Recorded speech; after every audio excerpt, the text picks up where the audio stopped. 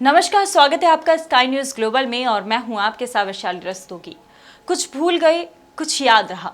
हम आपके लिए लाए हैं स्वतंत्रता संग्राम के भूले बिसरे दीवानों की कहानियां।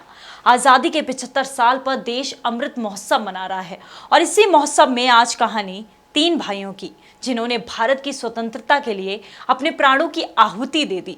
दामोदर हरि चापेकर, बालकृष्ण हरि चापेकर और वासुदेव हरि चापेकर सगे भाई थे, जिन्हें संयुक्त रूप से चापेकर बंधु कहा जाता है।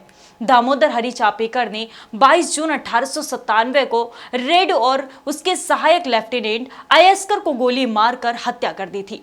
यह भारत की आजादी की लड़ाई में प्रथम क्रांतिकारी धमाका था।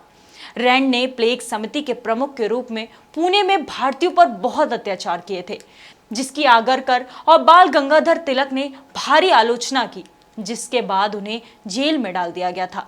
ये तीनों भाई लोकमान्य बाल गंगाधर तिलक के संपर्क में थे।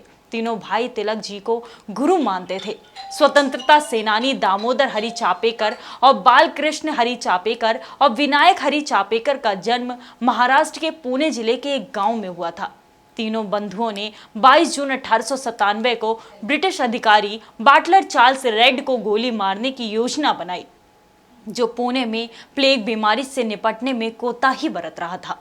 उस वक्त पुणे नगर प्लेग जैसी भयंकर बीमारी से पीड़ित था। इस स्थिति में भी अंग्रेज अधिकारी जनता को अपमानित और उत्पीड़ित कर रहे थे।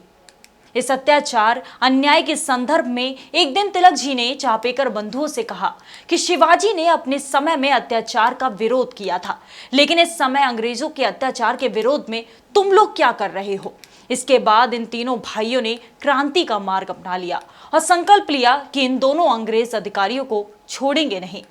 फिर वो दिन आया जिस दिन इन भाइयों ने इन अधिकारियों के अत्याचार से लोगों को मुक्त किया, इनका खात्मा किया और आजादी की लड़ाई में प्रथम क्रांतिकारी धमाके को पैदा किया।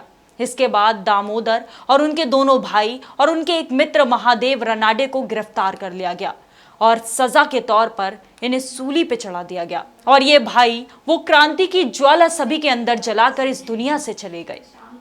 ये थी कहानी उन 3 वीर भाइयों की, जिन्होंने धरती माता के कदमों में अपने प्राणों की आहुति दे दी।